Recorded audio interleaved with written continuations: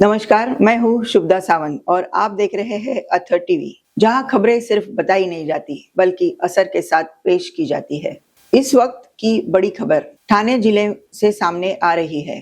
भारतीय तेली साहू समाज द्वारा एक भव्य सामाजिक कार्यक्रम का आयोजन किया जा रहा है। यह कार्यक्रम होगा 22 मार्च 2026 को, स्थान दीवा। जानकारी के मुताबिक इस आयोजन में समाज के सैकड़ों लोग बड़ी संख्या में शामिल होंगे, जहां एकता, संस्कृति और परंपरा का भव्य संगम देखने को मिलेगा। कार्यक्रम में सांस्कृतिक प्रस्तुतियां, सम्मान समारोह और विशिष्ट अतिथियों की मौजूदगी इस आयोजन को और भी खास बनाएगी। भारतीय तेली साहू समाज हमेशा से अपनी एकजुटता और सामाजिक योगदान के लिए जाना जाता है और यह आयोजन उसी परंपरा को आगे बढ़ाने का एक महत्वपूर्ण प्रयास माना जा रहा है। अगर आप भी इस आयोजन का हिस्सा बनना चाहते हैं तो 22 मार्च को जरूर पहुंचे दीवा। आज हम बात कर रहे हैं देश भर में मनाए जा रहे पवित्र त्योहार ईद उल फित्र की, जो खुशियों, भाईचारे और इंसानियत का प्रतीक है। रमजान का समापन। इस्लाम धर्म में रमजान का महीना बेहद पवित्र माना जाता है। पूरे महीने रोजा, उपवास, इबादत और आत्मसंयम का पालन किया जाता है। जब चांद दिखाई देता है तब रमजान का समापन होता है और ईद का त्योहार मनाया जाता है। चांद दिखने की परंपरा। ईद उल फित्र का त्योहार चांद दिखने पर निर्भर करता है। जैसे ही शवाल महीने का चांद नजर आता है, पूरे देश में खुशी की लहर दौड़ जाती है और ईद की घोषणा कर दी जाती है। नमाज ए ईद का महत्व। ईद की सुबह लोग नए कपड़े पहनकर मस्जिद या ईदगाह में एक साथ नमाज अदा करते हैं। यह नमाज एकता, समानता और भाईचारे का संदेश देती है। जकात और दान। ईद से पहले जकात उल फित्र देना जरूरी माना जाता है ताकि गरीब और जरूरतमंद लोग भी इस त्योहार को खुशी से मना सके। यह इस्लाम में इंसानियत और मदद की भावना को दर्शाता है। मिठास और खुशियों का त्योहार। इस दिन घरों में खास तौर पर सेवियां बनाई जाती है। रिश्तेदारों और दोस्तों के साथ मिठाई बांटी जाती है। लोग एक दूसरे को गले लगाकर ईद मुबारक कहते हैं। सामाजिक एकता का प्रतीक।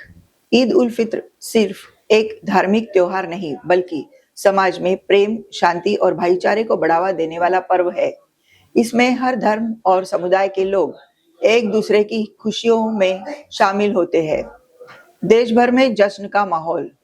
मुंबई, दिल्ली, लखनऊ, हैदराबाद जैसे शहरों में खास रौनक देखने को मिलती है। बाजारों में चहल पहल, मस्जिदों में भीड़ और हर तरफ खुशी का माहौल नजर आता है।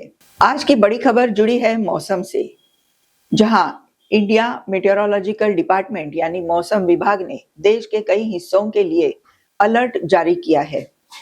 मौसम विभाग का अलर्ट क्या है? मौसम विभाग ने चेतावनी दी है कि आने वाले दिनों में देश के कई इलाकों में तेज बारिश, आंधी और बिजली गिरने की संभावना है। यह बदलाव अचानक मौसम के सिस्टम एक्टिव होने के कारण हो रहा है। किन इलाकों पर ज्यादा असर? खास तौर पर पूर्वी भारत के राज्यों में ज्यादा प्रभाव देखने को मिल सकता है, जैसे कोलकाता और आसपास के क्षेत्रों में तेज हवाएं और तूफान का खतरा जताया जाता है। तेज हवाओं की चेतावनी। कुछ इलाकों में हवा की रफ्तार 40 से 50 किलोमीटर प्रति घंटा तक पहुंच सकती है, जिससे पेड़ गिरने और बिजली सप्ताह बाधित होने जैसी समस्याएं हो सकती है। बारिश और बिजली गिरने का खतरा। बारिश के साथ साथ आकाशीय बिजली गिरने की चेतावनी दी गई है, जो खास तौर पर खुले इलाकों में खतरनाक हो सकती है। मौसम बदलने की वजह। यह बदलाव पश्चिमी विक्षोभ, वेस्टर्न डिस्टर्बेंस और स्थानीय मौसमीय गतिविधियों के कारण हो रहा है, जिससे अचानक बादल, बारिश और तूफान बनते हैं। लोगों के लिए सलाह। खराब मौसम में घर के अंदर रहे, पेड़ों और बिजली के खंभों से दूर रहे, यात्रा करते समय सतर्कता बरते। आगे क्या रहेगा असर? मौसम विभाग के अनुसार यह स्थिति कुछ दिनों तक बनी रह सकती है, जिसके बाद धीरे धीरे मौसम सामान्य होने की उम्मीद है।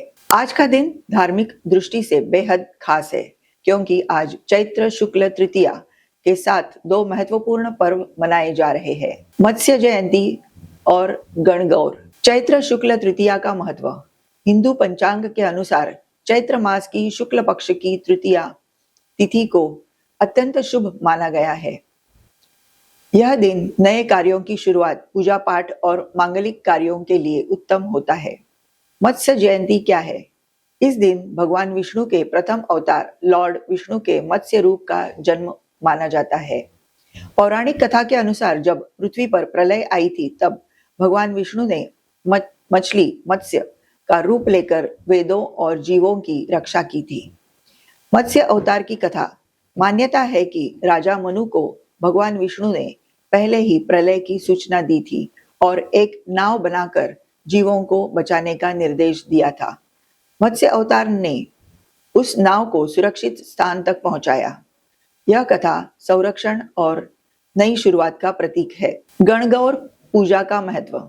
गणगौर पर्व विशेष रूप से महिलाओं के लिए महत्वपूर्ण होता है। इसमें माता गौरी, पार्वती और भगवान शिव की पूजा की जाती है। यह पर्व वैवाहिक सुख, सौभाग्य और अच्छे जीवन साथी की कामना के लिए मनाया जाता है। गणगौर की परंपराएं। राजस्थान और कई अन्य राज्यों में महिलाएं सुंदर वस्त्र पहनकर, गीत गाकर और शोभा यात्रा निकालकर इस पर्व को मनाती है। यह संस्कृति, परंपरा और श्रद्धा का अनोखा संगम है।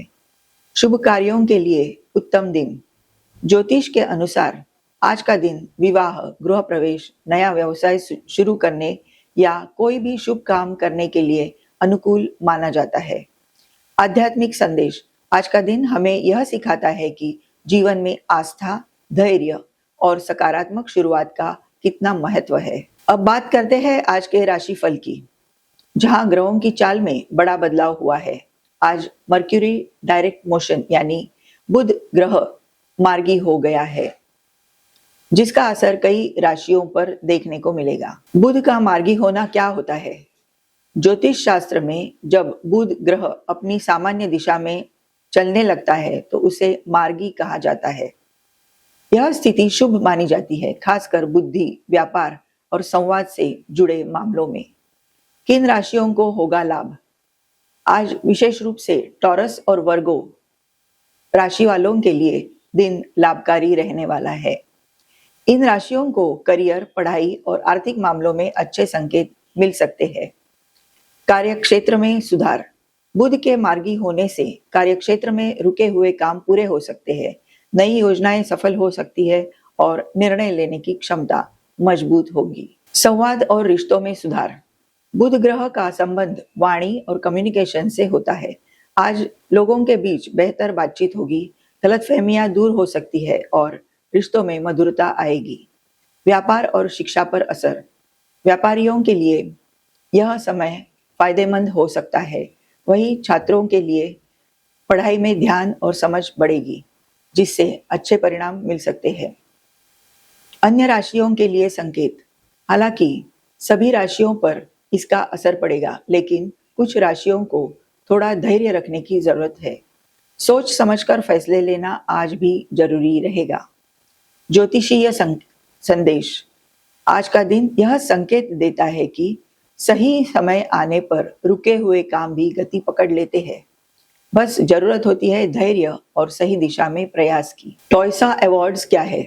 The times of India sports awards Bharat के प्रतिष्ठित खेल पुरस्कारों में से एक है, जिसमें देश के बेहतरीन खिलाड़ियों को उनके शानदार प्रदर्शन के लिए सम्मानित किया जाता है। आयोजन का उद्देश्य। इस अवार्ड का मुख्य उद्देश्य उन खिलाड़ियों को पहचान देना है जिन्होंने राष्ट्रीय और अंतर्राष्ट्रीय स्तर पर भारत का नाम रोशन किया है। किन किन खेलों के खिलाड़ी शामिल है? इस समारोह में क्रिकेट, बैडमिंटन, कुश्ती, एथलेटिक्स, हॉकी, शूटिंग जैसे कई खेलों के स्टार खिलाड़ी शामिल होते हैं। Award category.